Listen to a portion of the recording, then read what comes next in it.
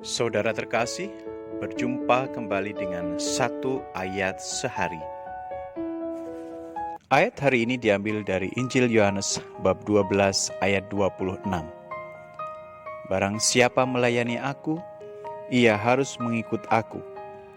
Dan di mana aku berada, di situ pun pelayanku akan berada. Barang siapa melayani aku, ia akan dihormati Bapa.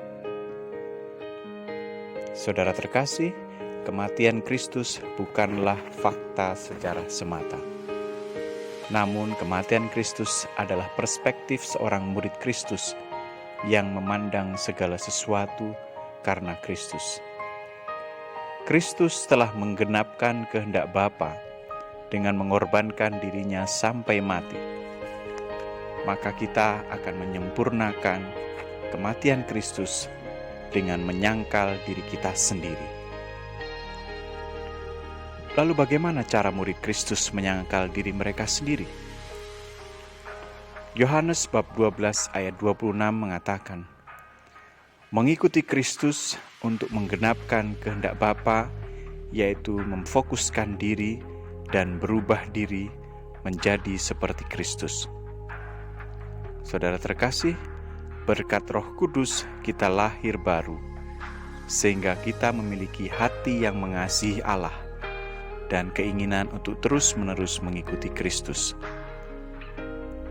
Roh Kudus yang memimpin kita, sehingga kita selalu rindu untuk berpikir, berkata, dan bertindak terpusat pada Kristus.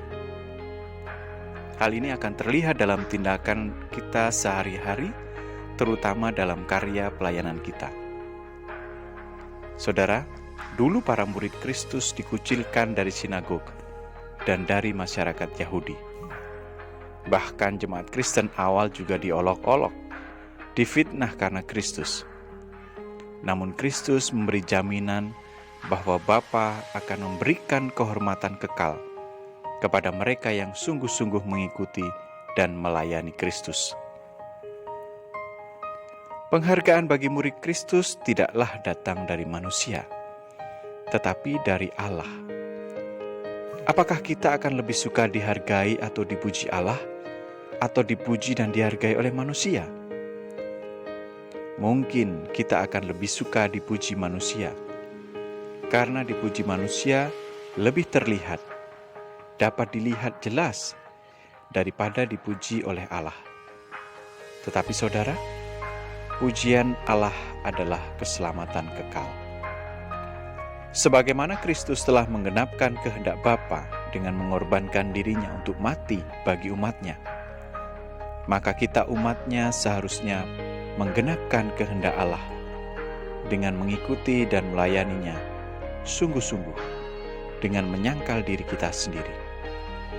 Tentu ini tidak mudah, karena penyangkalan diri memerlukan keberanian untuk mematikan diri sendiri setiap hari. Dan tentu saja konsep ini bertentangan dengan konsep dunia.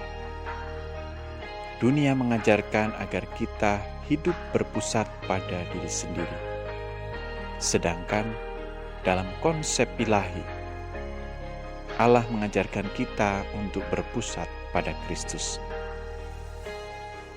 Tetapi saudara, untuk hidup kekal, untuk kebahagiaan abadi di surga, maka kita harus memilih konsep ilahi, berpusat pada Kristus.